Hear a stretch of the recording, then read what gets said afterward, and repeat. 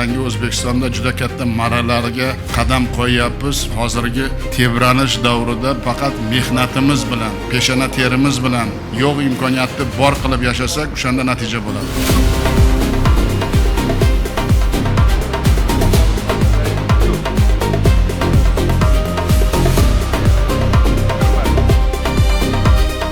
Importyor edik, hozir eksportyor bo'ldik. Buni qadriga yetishimiz kerak.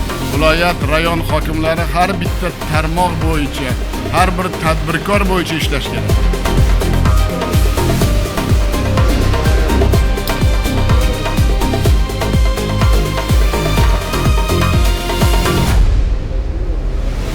Iqtisodiyot, yana bir marta iqtisodiyot. Uni tagida bitta narsa bo'lish kerak: tizim, tartib, intizom.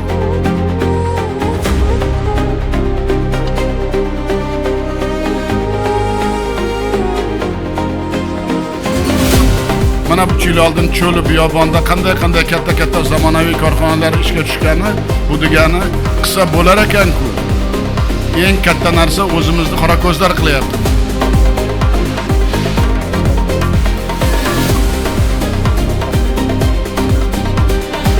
Kirib kelayotgan ulug' Ramazon oyi bilan sizlarni timsollaringga butun respublikamizni tabriklayman. Duolar qabul qilayotgan oy deydi oqsoqollar. Ilohim yurtimiz tinch bo'lsin, yurtimizga ko'z tegmasin.